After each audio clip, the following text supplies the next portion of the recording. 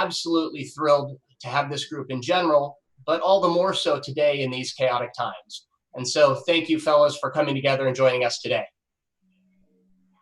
All right. Thanks, Jeremy. Yeah, thanks for having us.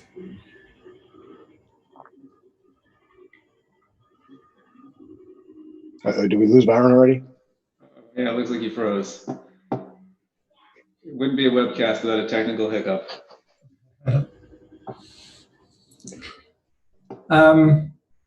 Why don't we jump straight in? Hey, Jeff, what was, take us back to 2008, Lehman Brothers collapsed, and where were you right then? Oh, there we go. We're having some real-time connection. Byron, we're just rolling with it. We're just rolling. Thank you for the question, Toby. Yeah, it's a good way. It's a good place to start, actually. Thinking back to the last crisis that the last big crisis that we as a society, at least in the United States in particular, endured. It was global. 2008. So I just started Twilio actually in 2008. We started the company right at the very beginning of 2008.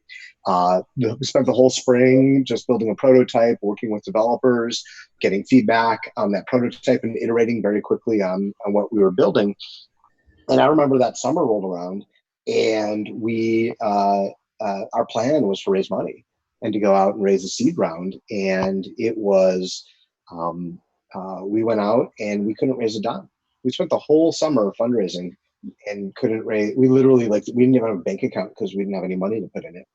And at the end of that whole thing, I remember there was one prominent Silicon Valley investor, early stage investor, where we actually thought we were set. We had the full partner meeting, arranged, the Monday morning meeting, which is mostly a formality at that point, where we thought they were going to lead a round for us. And the night before, Lehman Brothers collapsed.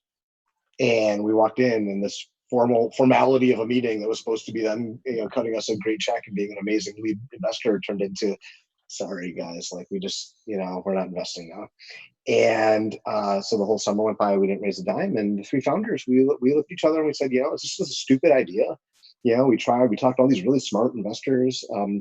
And they all said either we don't understand the idea, developers, what's the deal with that? But a lot of them just said, we just are cutting checks.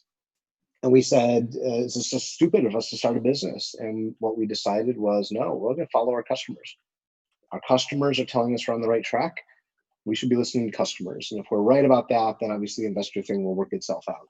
And sure enough, that is what happened. And so I think that, my takeaway from 2008, obviously we were a very different company. We were three founders, no revenue, not even a bank account, but just building an idea and working with customers. But my takeaway is that no matter where you're at as a company, focusing on your customers is the right path.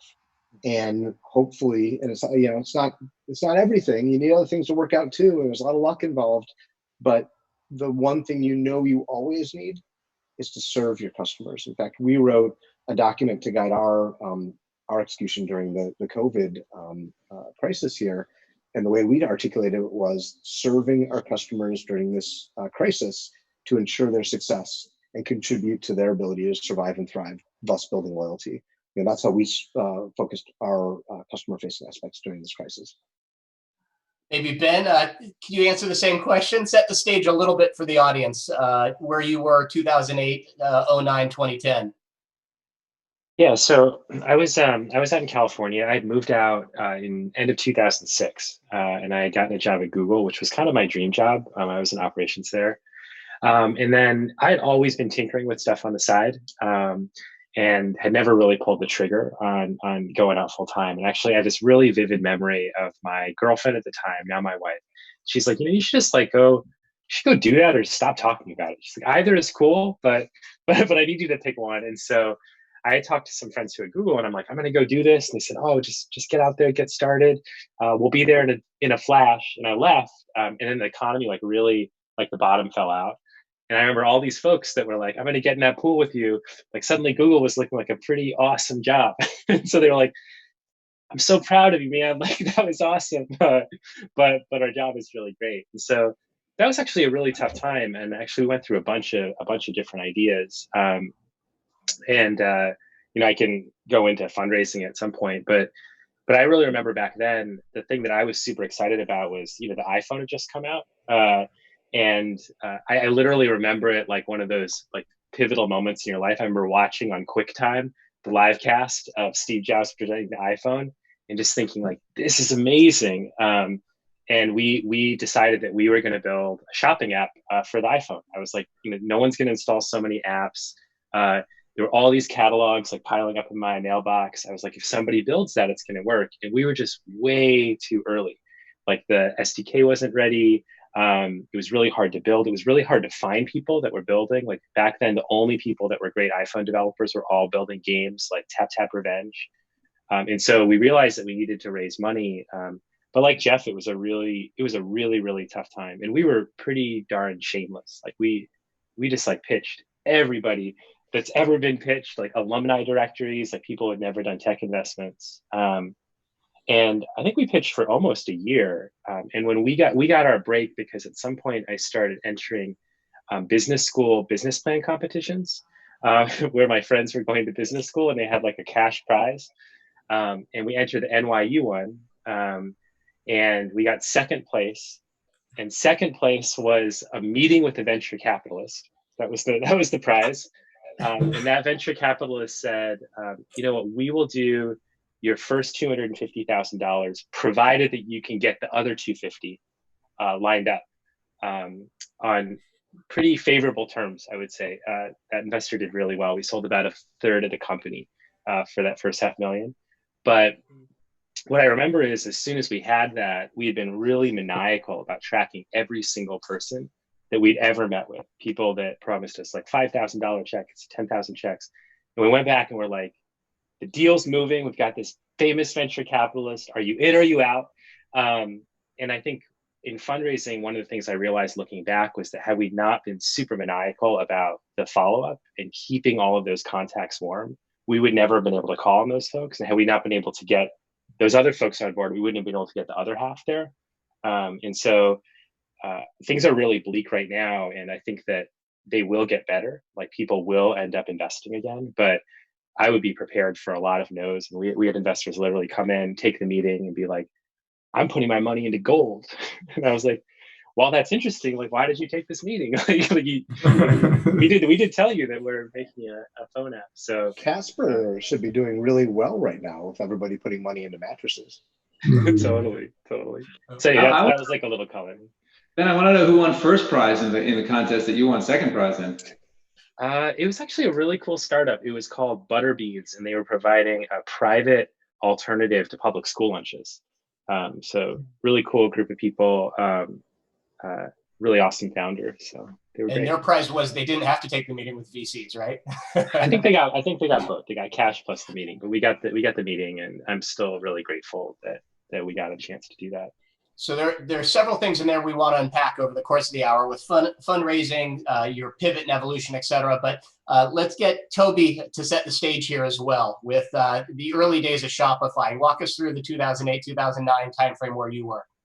Yeah, gladly. I was building Shopify in where it started in Ottawa, Canada, and I around 2008 was actually around the time that I was first came to Silicon Valley to do some fundraising. Shopify launched in 2006, and so was around for about on the market for 2 years. And we were charging for Shopify, and it was making some money, and we were about I think 8 or 9 people. So. And that sort of matched our income. Like this was very much a lifestyle company. I think at least Silicon Valley calls it lifestyle. I tend to call it a company.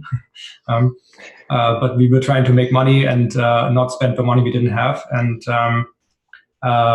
every time we would get more customers, we might we might hire someone new, or we might do some advertising or something like this. That was sort of the decision making.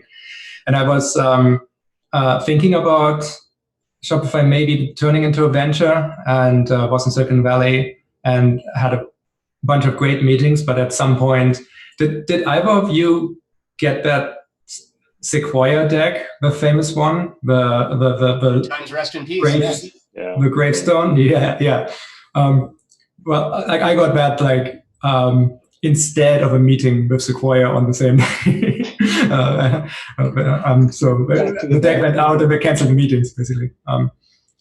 And so that didn't work. And I went back to Canada and said, okay, well, this is not going to work.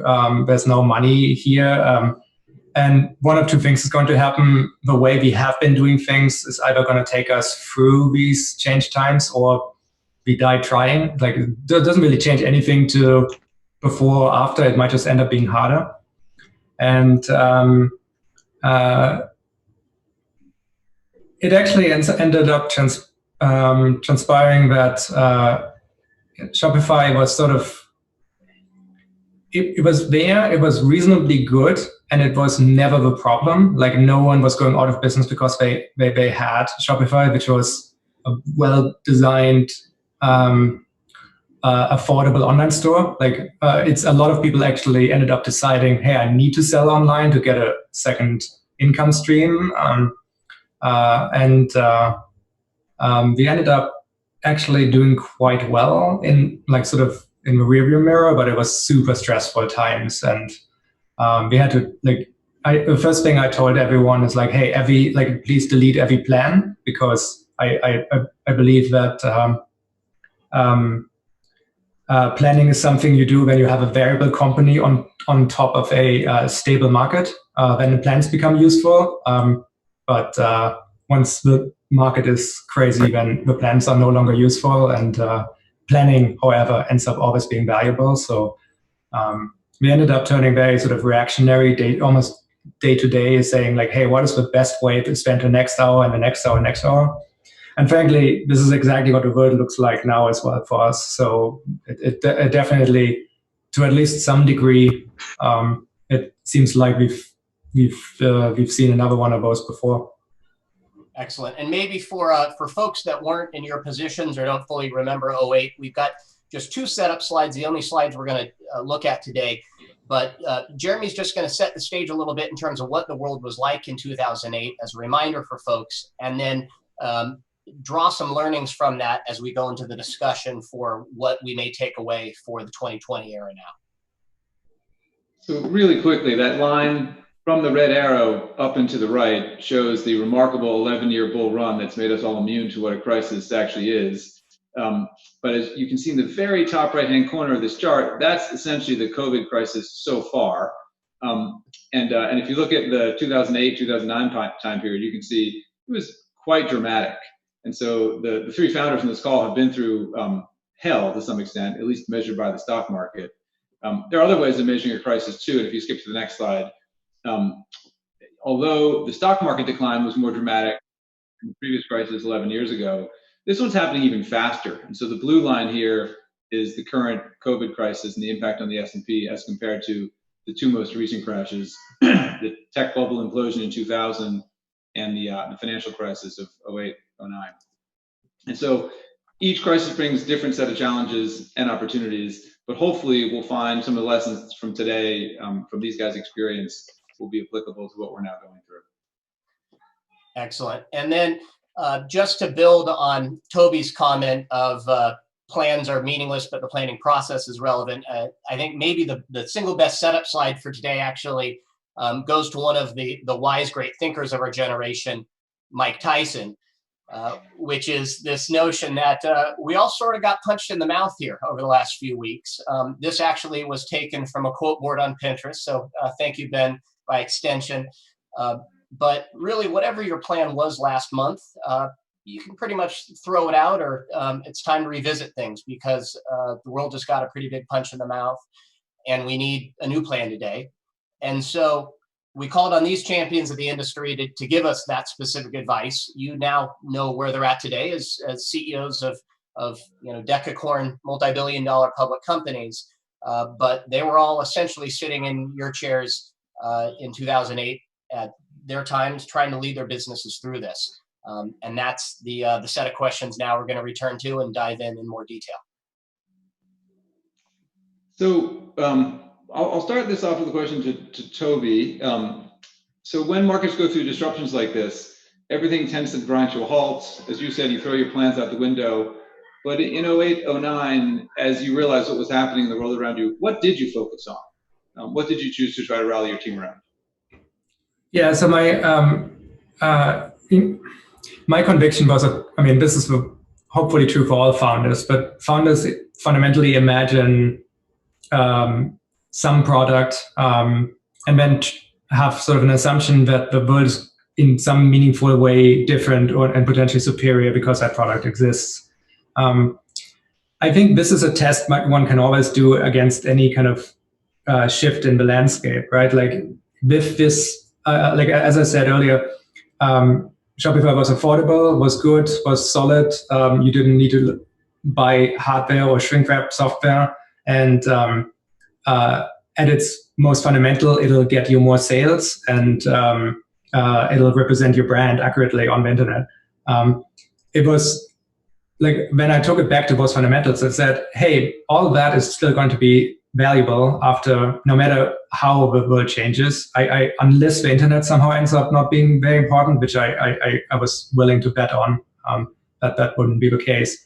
And so the question is, when things are really disrupted, what fundamentally happens is sort of like you're shaking a tree and see what fruits fall off, right? Like this is, you end up like everything that isn't like really tight based on fundamentals and physics to where it should be is going to fall down and end up in a different place afterwards.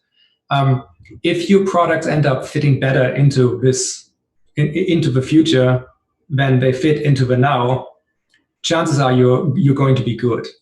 The path to get to building the product that you want to create has to shift. So when this happened, what we did, we ended up spending, like, even though the reason why I built Shopify is because I loved entrepreneurship. I built my own snowboard store on the same piece of software, earlier version, and I wanted to really help entrepreneurs. But even by this point, we actually had a good deal of customers that were a little bit larger and have grown on it. And we said, okay, there's a lot of people who presumably might have lost their job and might actually want to engage in entrepreneurship. And we really ended up building everything we could to make it easier to start new businesses.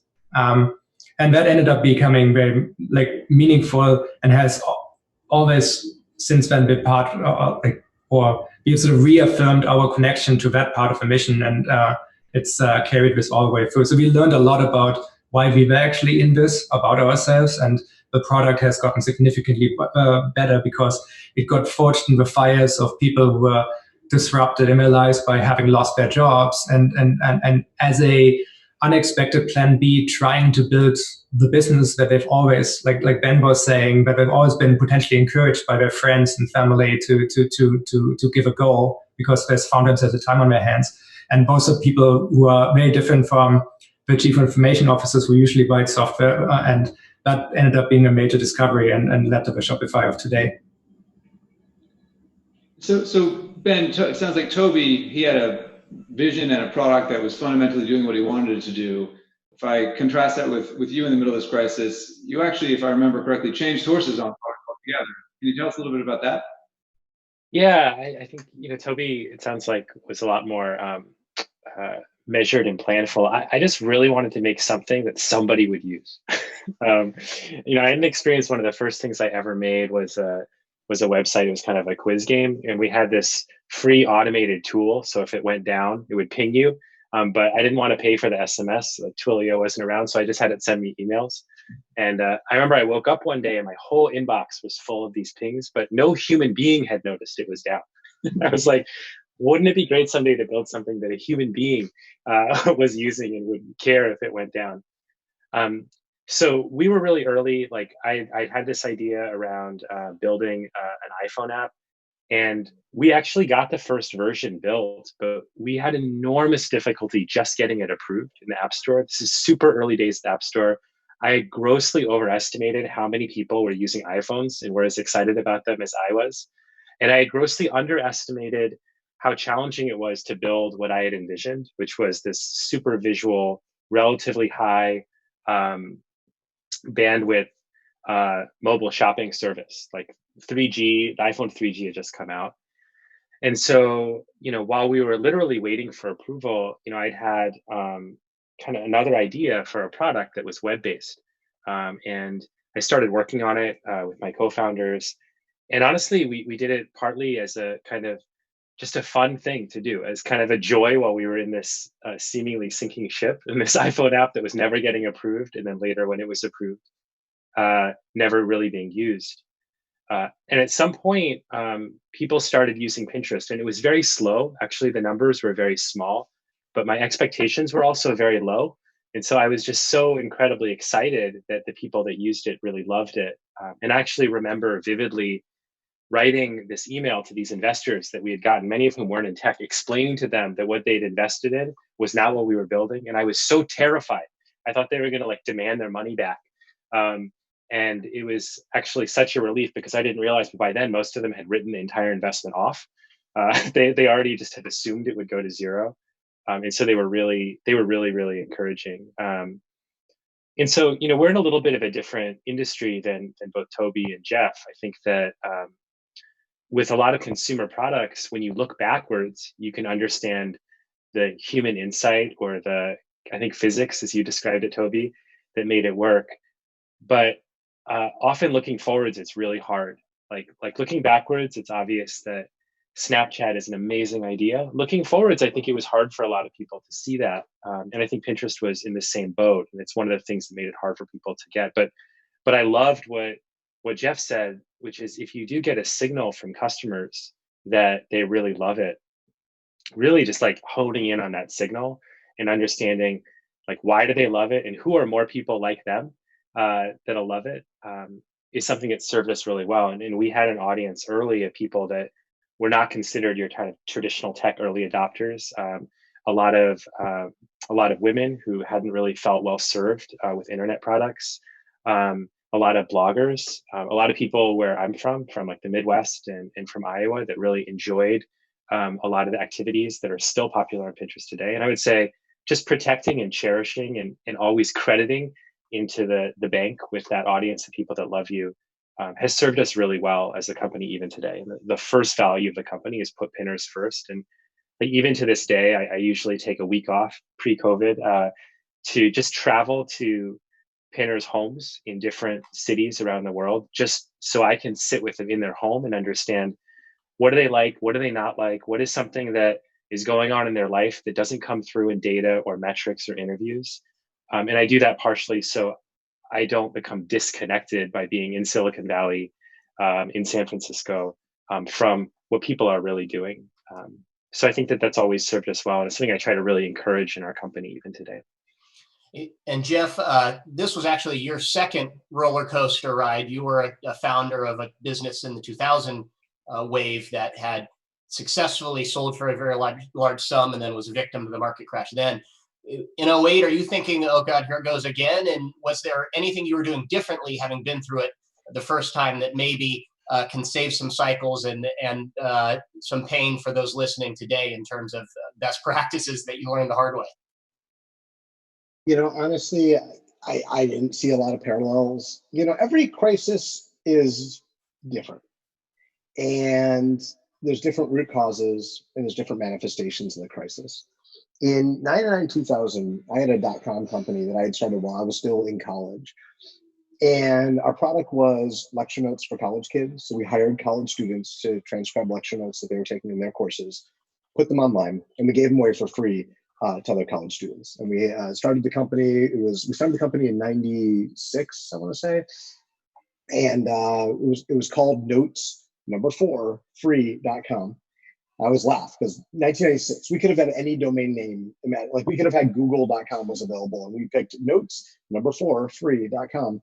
And so our business model was essentially aggregating eyeballs, which was the business model of the day. And we had, in the entire life of the company, I think we raised about $12 million. And the entire life of the company, we had about $11,000 of revenue. There was literally no focus at all on revenue or the fundamentals of the business. And believe it or not, we nailed the business plan that all the investors agreed to because the business plan did not focus on revenue generation. And so when I thought about the applicability of the 99, 2000, the dot-com crash, like to me, my takeaway was, well, let me build a business that has is based on fundamentals. And so as we were starting Twilio in 2008, I wasn't really worried about the lessons of the dot-com bubble, because to me, it was all about creating value for customers for which they would pay us. And that's one of the things about being a B2B company, is that, it's kind of a more direct value proposition, where if I'm providing value to you, you're going to pay me. And if I'm not, you won't. As opposed to B2C companies, which have usually a more indirect way of monetizing. And so that gave us a really clear line of sight towards, like, great, if we're doing our job, then we will know that this is working because customers will pay us. And for Twilio, we have a usage-based pricing model. And every month since 2008, when we launched, November 2008, like every month has just kind of been an uptick from where we started. And so there was never a notion of like, well, if we only got these 400 things right, then eventually we can turn into monetization. We can actually tell if we're building a business that customers value in real time because of the value of the revenue that we're receiving. And so I was sort of focused on, customers, serving customers. And I think it's interesting as a customer-centric company, a lot of folks talk about being a customer-centric company. And to them, it means, well, if we only listen to customers really well, we'll know how to build products for them and we'll succeed. And there's a lot of value in that. Yet I believe, like, as a truly customer-centric company, with it comes something of an obligation, that when you see and you perceive customer problems, you have this like visceral obligation you feel to solve those problems and make your customers' lives better in a way that you see. And I think that motivation kind of drives you through these times. And when you see the problems that your customers have, and you have this business lens of, if I solve valuable problems, then customers will pay me. And I have this like almost moral obligation to solve customer problems when I see them, to make their lives better. That instinct, I think, can guide you through crises. And like, while customer problems have changed in this crisis, it's not hard to argue that there's more problems that need solving right now, not less. And so when you have that sense of our job is to solve customer problems for which they will pay us, the job then becomes, how do I discover the really hard problems that my customers are dealing with right now, and how can I make their lives better? And of course, so they will pay us is in some ways the hard part. Obviously, that's the hard part always of building products. But now you've got businesses who are also, their livelihood is in jeopardy. And you have to figure out what is so valuable to them that they will be able to pay us during this time. And obviously, you're not trying to like focus on like, over monetization or gouging or anything like that, but you are saying we're running a business too. And so we have to survive so we can serve customers so that they can survive. And figuring that out is really the key to building a business. And I think, this is the B2B manifestation of it, as I described. Ben's probably got more of the B2C perspective on that, but ultimately it comes down to the same thing. When you feel that obligation to serve customers, there's more ways than ever to serve customers right now. All right, so we're going to transition to teams for a minute. We're going to try to hit on a few topics in our remaining time. People often talk about market cycles and whether there's a good time to build a business or a bad time to build a business. Given that each of you started a business or built a business at a very early stage right through the last recession, it suggests that at least that's not necessarily a signal of a bad time to build a company. And up until very recently, probably the hardest thing to do for all companies was hire really great people, because there was such a shortage. And so many jobs available. That's probably changing now, but can you put yourself back to 2008 or 2009, when it was probably more like it is as of April 2020 than of January 2020? And were there specific things you did to go get great team members, or specific things you wish you had done at the time? And maybe we'll start with Ben this time. Yeah, I mean, I think that so we were really small. And like one silver lining is when things are really bleak and when your company doesn't really have any perks other than the product they're building, you get people that really want to be there. And I know, Jeremy, you visited our first office. I mean, I think saying that it was no frills. That was a dump. Yeah, it was like not an exaggeration. It was a dump, but I don't know. We kind of like sold all of our like warts as features, and we said like, this is what it is. And we're like, what's great, like you can have any computer you want as long as you bring your own. You can work, in this really cool work-live space, which was like not cool at all. And the way we recruited is like we had a barbecue every Friday, and you was like bring your own food, and the people that showed up, eventually a lot of them became our employees. And I remember vividly, like one of our first engineers, he moved from Utah, and he visited this like kind of dumpy 2-bedroom apartment. There were like all these guys living in this apartment, and I asked him years later, I'm like, why did you join us? Like, it was like so gross in there. And he's like, that's what I was looking for. And there's some people, and they're hard to find, but they're easier to find now. But they're not looking for a guarantee of success. They're looking for the chance to solve problems and be part of something really on the ground floor.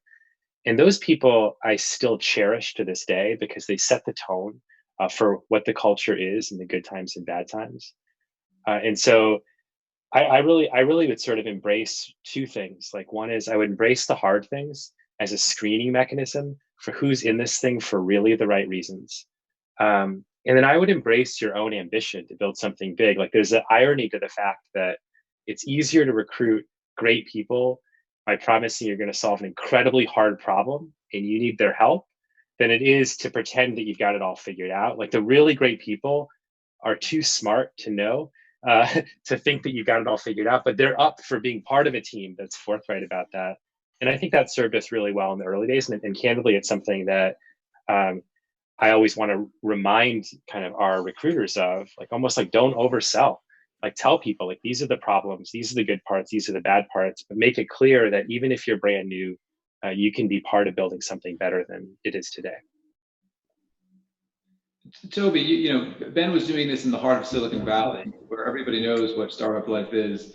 You were doing it in a government town in Canada, wherever that is. What did you do from a team building perspective?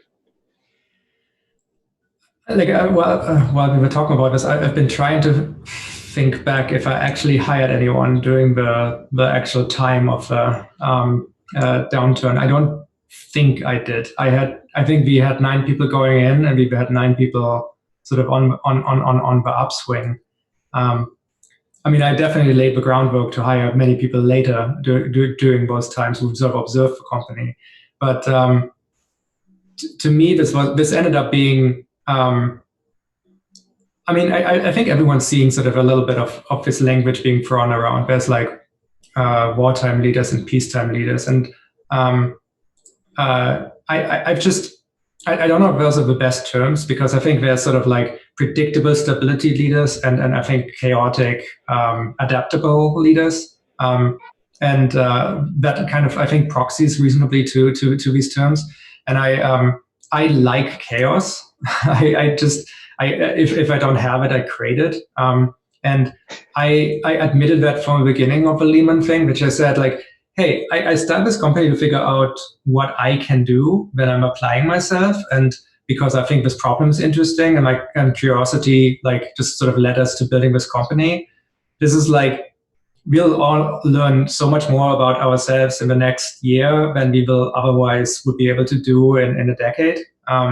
And we kind of sort of said, okay, like, that was, we made it. I would say everyone who was at Shopify kind of took this personally.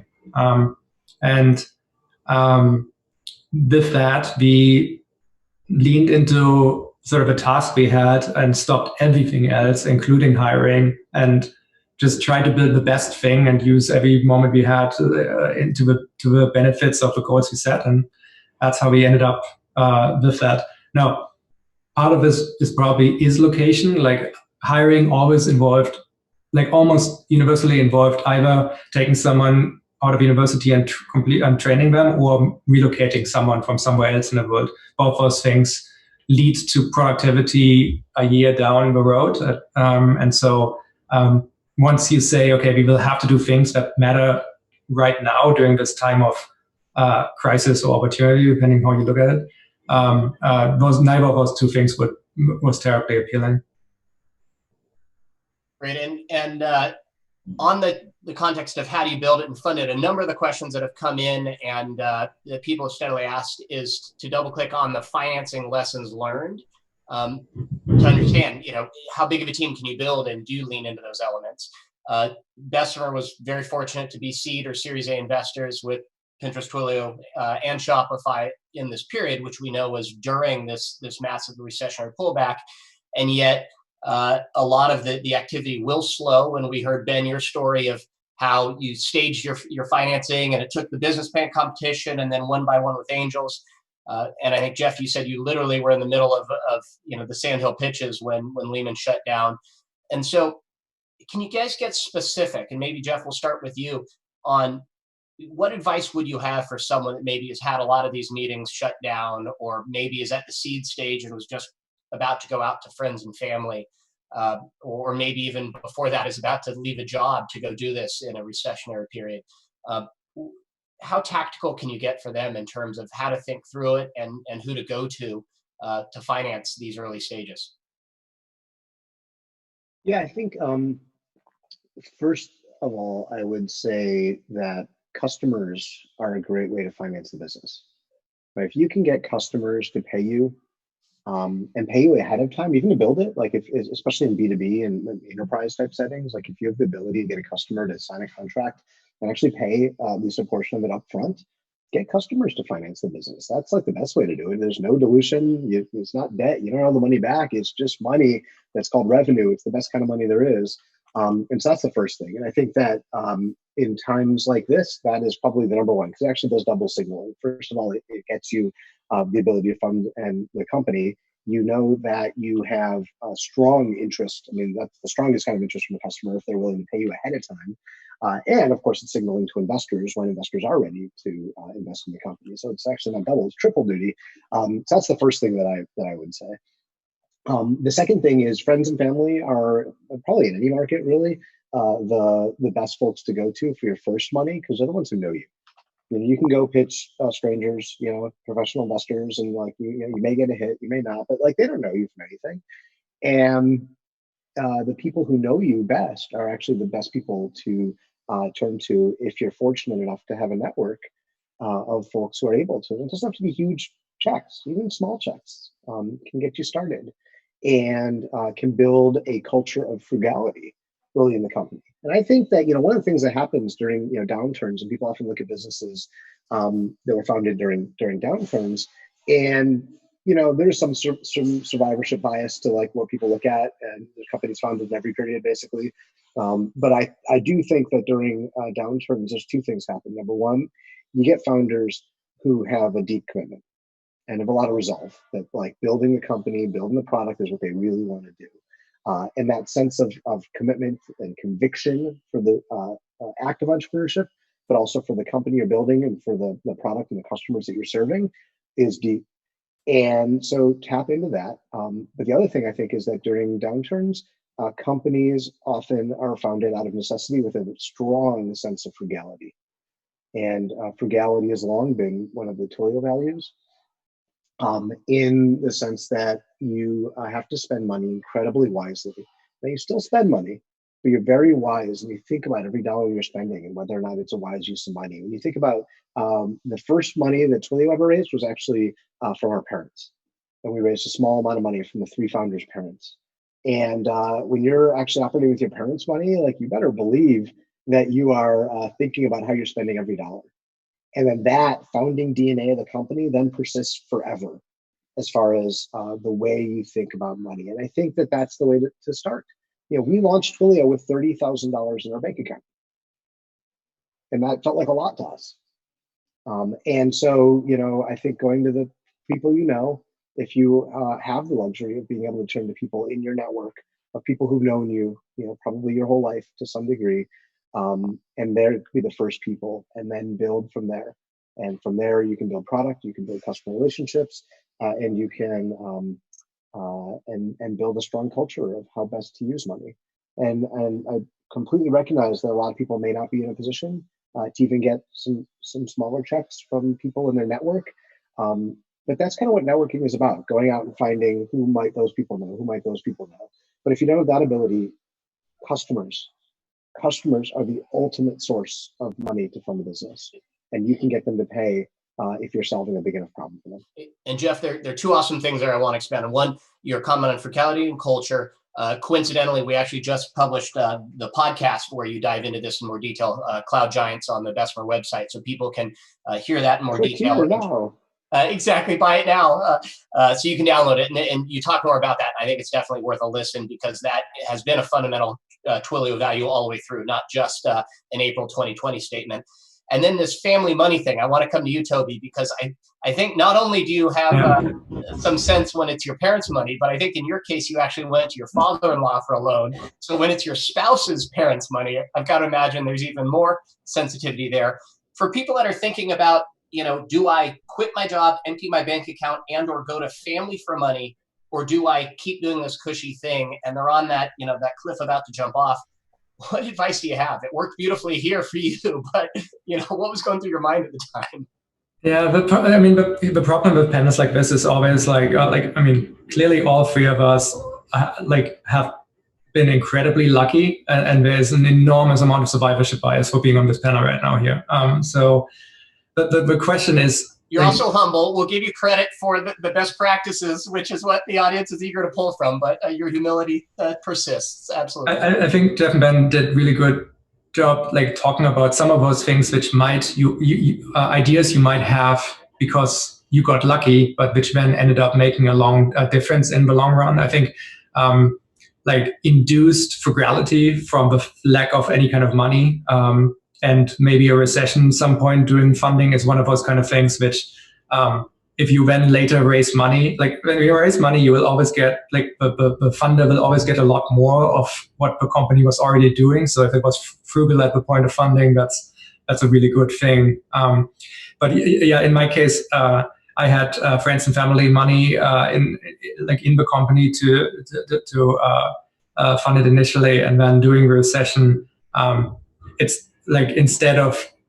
having to let a few people go, my father-in-law wrote, with a government bureaucrat salary, wrote checks for meeting payroll to keep the company where it is, partly because he believed so much into the value of what we are building.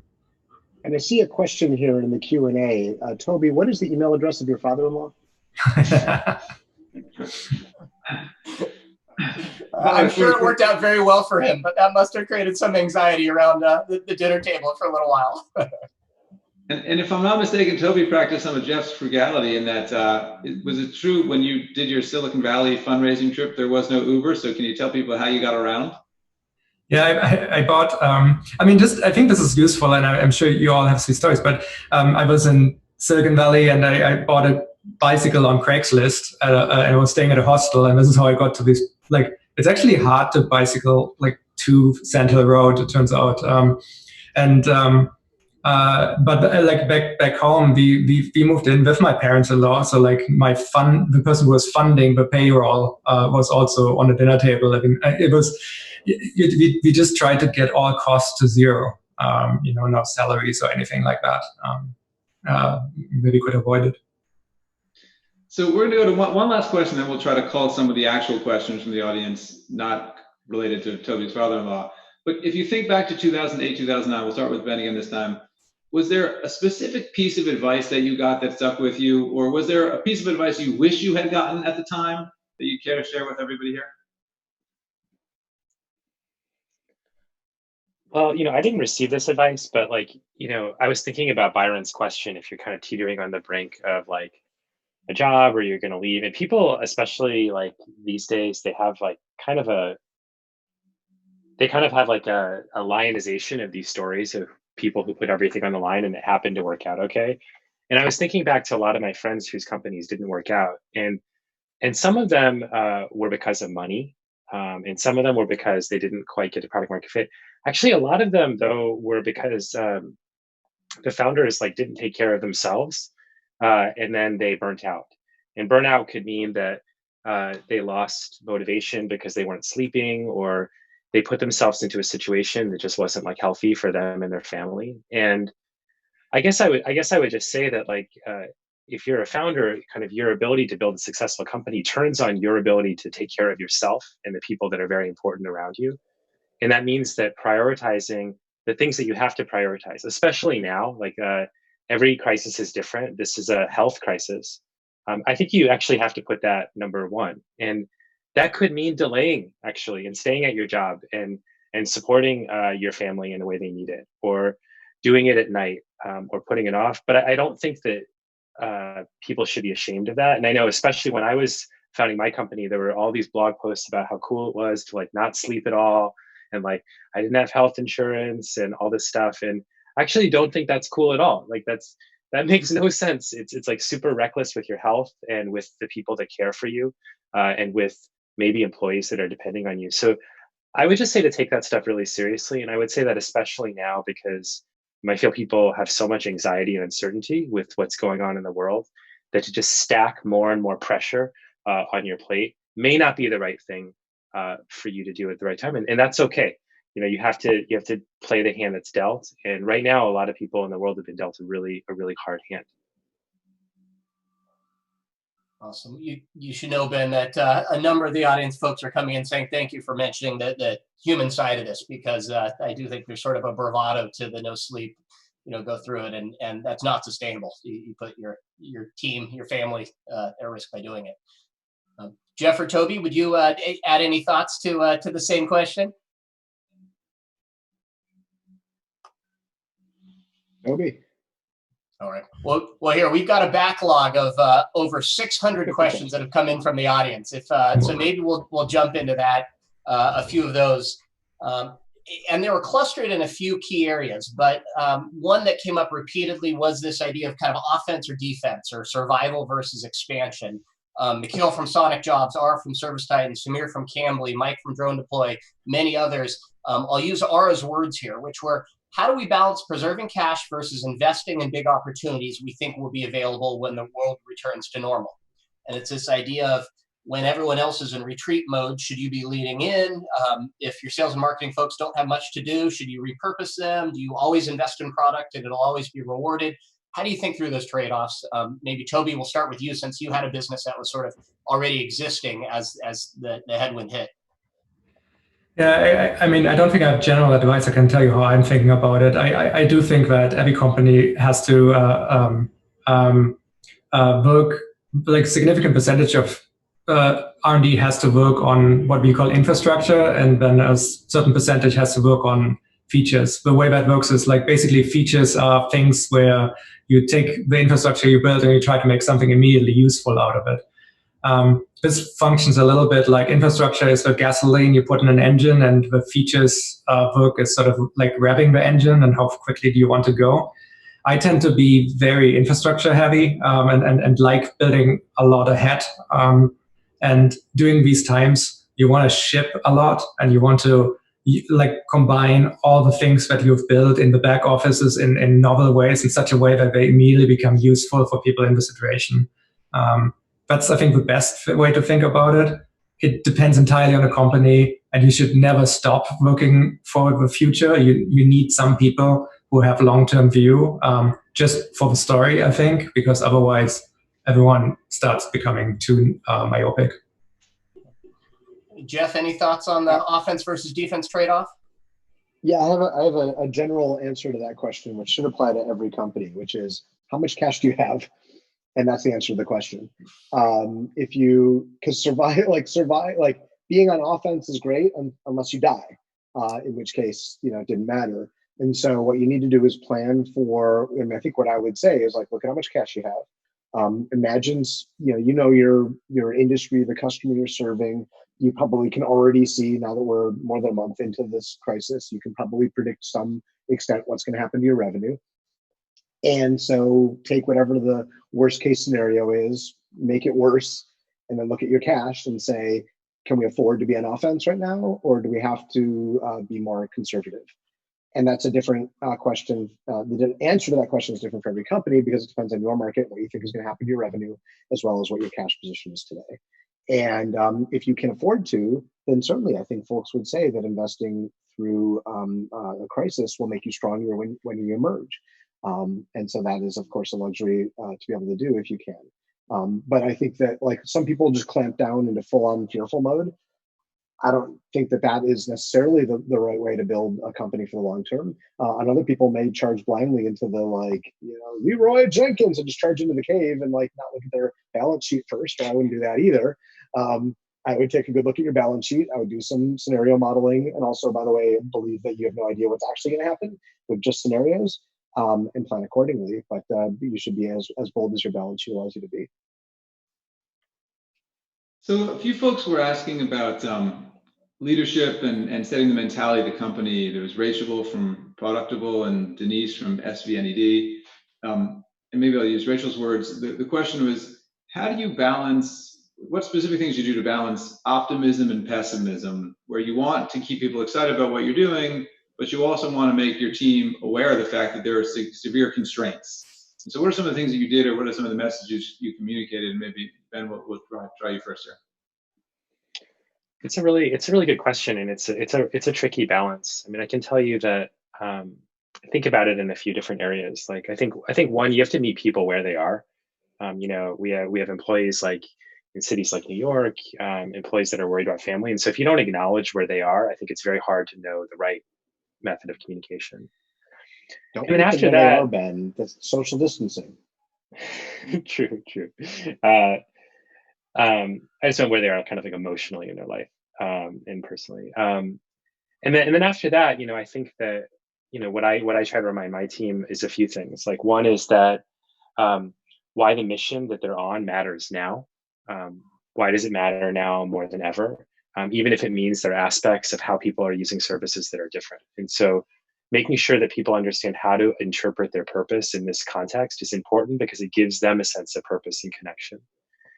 Second is I'm super, super direct about what's going on with people. And I kind of have this expression that, you plan for the worst and then you work like hell to achieve a better outcome.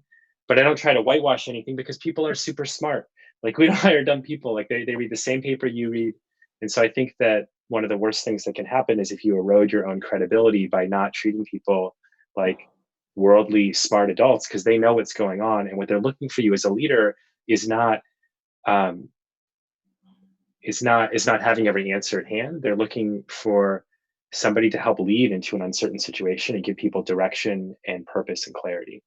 So those are kinds of the things that I try to do, and I get feedback on when that is landing well, and there's sometimes that you miss the mark, and then you just have to own that and try to do better next time.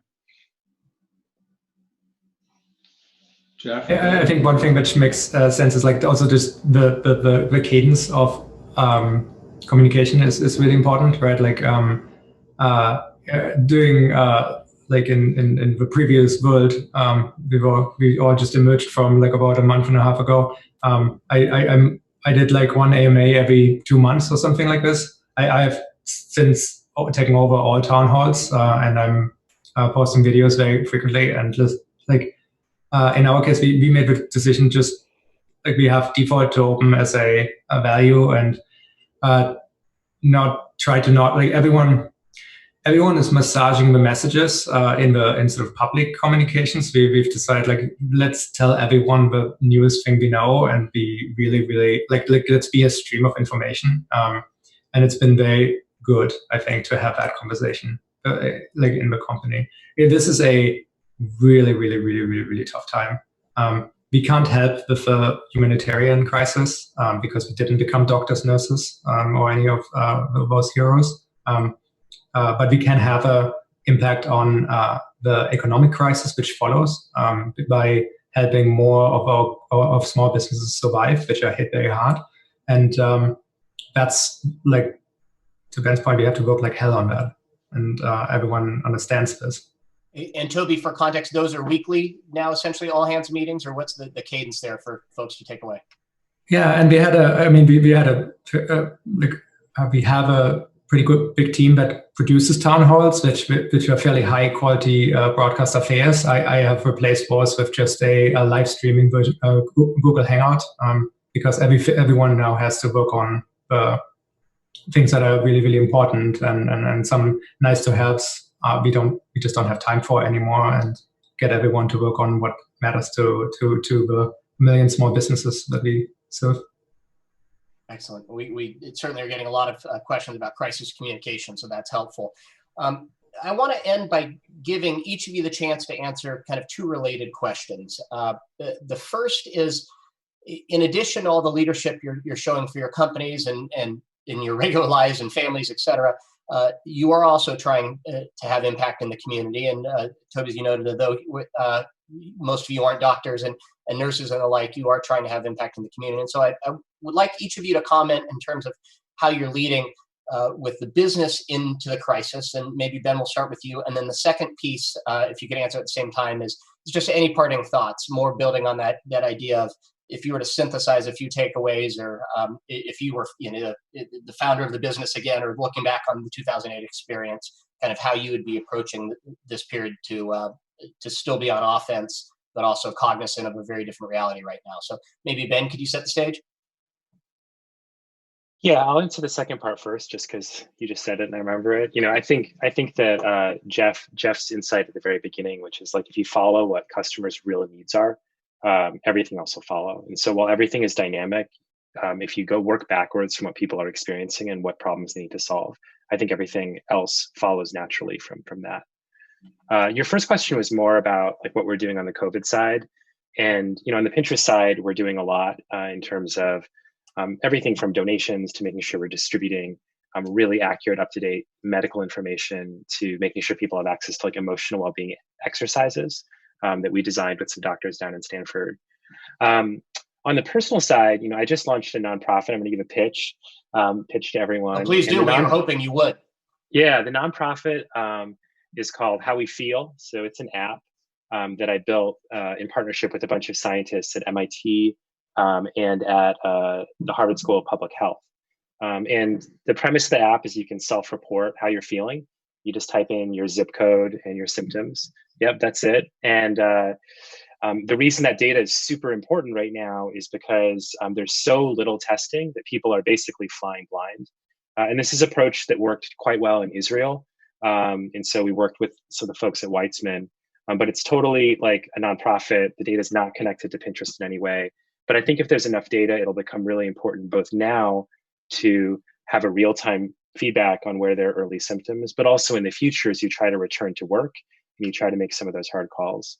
And then just to make it feel like people can do something. In addition, if you check in and contribute the data, we'll also, I'm funding a meal through Feeding America for every new check-in. So if anyone here has ideas on how to spread the word, it's only in the US right now. We're internationalizing it really quickly, but we just need more people to use it. And I think if we do, it'll provide genuinely valuable data that's being used by a lot of the top medical researchers in the world now. So please go check it out. Howwefeel.org. That's my pitch. Wonderful. Thank you. Jeff, so same two questions, the Twilio broader response and then any parting advice. Yeah, it's actually interesting on the Twilio's broader response. We've seen a lot of, we've seen the developers of the world stand up at a wide variety of organizations, nonprofits, for-profits, governmental entities, cities, health departments, I mean, you name it. And developers are responding to this crisis by doing what they do, which is building and serving their constituents. And so we have, the first thing that we've done is to make sure that our product is available to be used for those who are on the front lines and who are either the front lines of the economic crisis, the front lines of the health crisis, and be able to serve the people around them. And so we've created a $1 million fund to subsidize customers. We've created substantial discounting. We've been able to work with the carrier ecosystem to zero rate COVID-related traffic.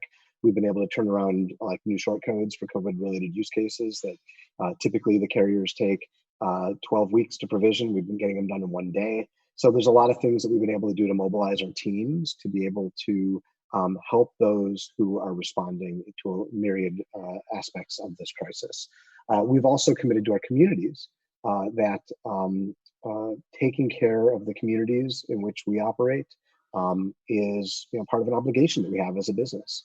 We operate as a for-profit business because of the amazing societies that we're in, because of the amazing economic environments that we're in, and giving back and leaving those communities stronger is a strong part of the moral purpose of Twilio.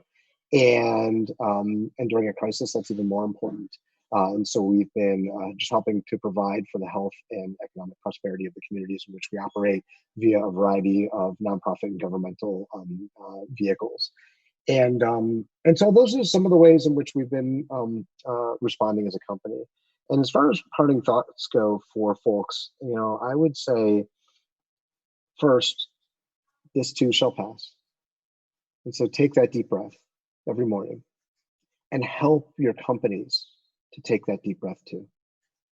And there's a temptation as an entrepreneur, as a founder, to just kind of pedal the metal, even in an environment like this, and just kind of see what you can do as a business, as an entity. I mean, there's a lot of opportunities, and it's scared. And a lot of the reaction is just like, we got to do stuff. We got to do stuff. We got to do stuff. And actually, I'd say in some ways, it's like, actually slow down. Actually take care of your people. I wanted to share, we write a thing called a BPM, which is our planning method that we use inside of Twilio. It stands for Big Picture Priorities Measures. It's like our planning system. And we wrote a BPM at the beginning of the COVID-19 crisis, when it really started to be apparent that this was going to be a big disruptor to the world. And I'll just read our big picture, which I think just kind of shows you how we made our plan. That was the beginning part. The big picture is like the goal of what we're trying to accomplish. This relates to COVID-19 in particular. And the order of what I say matters. We prioritize within the words what comes before what. Care for our employees and contractors' mental, physical, and financial health, and protect the business from disruption. Weather the crisis in a way that builds trust as a trusted advisor to employees, customers, and our communities in their time of need. Invest and emerge from the crisis with a leadership strengthened as an employer, a vendor, and a competitor in the market. And so that's how we thought about it, in order of priority. And I think that's probably, there's something specific about our business in that statement. And so anybody can use that or a similar methodology to write down what matters, and then communicate it to your teams and your customers and your vendors and like anyone that you work with, saying, here's how we are acting in this response. So I think that's a way to kind of take all the fog of confusion that's going on for everybody and just try to clarify it, put it down in words, and then you can reference back to it every time you need it. Thank you. Toby? How do you follow that? I mean, the thing that I'm infinitely grateful for is like Shopify is like a solution that solves real problems at the intersection of the digital world and the real world largely. Like literally you click a button on somewhere and then like a package with atoms shows up. So we've always been sort of between the two worlds. Right now, people really need this. The thing that we are seeing, like even community already did, and then we are now like productizing is that people are building these small little stores for their local businesses, so that they just can sell gift cards for now, so people can prepay for, even for the haircuts or things, and just keep the businesses alive. Like most jobs in the world are small businesses, and small businesses have fundamental disadvantages in the fact that they don't have they don't have a collective advocacy for them. They are separate. It's much easier to argue from a position of one big company than it is from many small, and so they end up being often overlooked in these crises, even though they are large employers and they fragile and compound. So like the role that Shopify plays and Shopify's holding to itself is we want more small businesses to survive this pressure, this situation, because we exist and because of the things that we can do. And we've done a lot. Like we are trying to take our capital product around the world so we can just give people money which they need. We are trying to we allow for free setup for 3 months just so that people can build these community stores, and increasing the investments and all these kind of things. we are seeing how important things like curbside pickup are. Like we are prioritizing these. So like the company is kind of again using its infrastructure to try to prioritize the things that people are doing currently manual, because we all just learned something that's really important like about the world. So that's this side. On a personal level, I love that apps like Ben sound super good. I have so far spent a significant amount of my time talking with the heads of hospitals and also governments, because what the tech industry knows, or the way the tech industry acts, like I've never seen technology as a industry per se. I've always seen technology as a tactical move that just happens to work really well in the current times.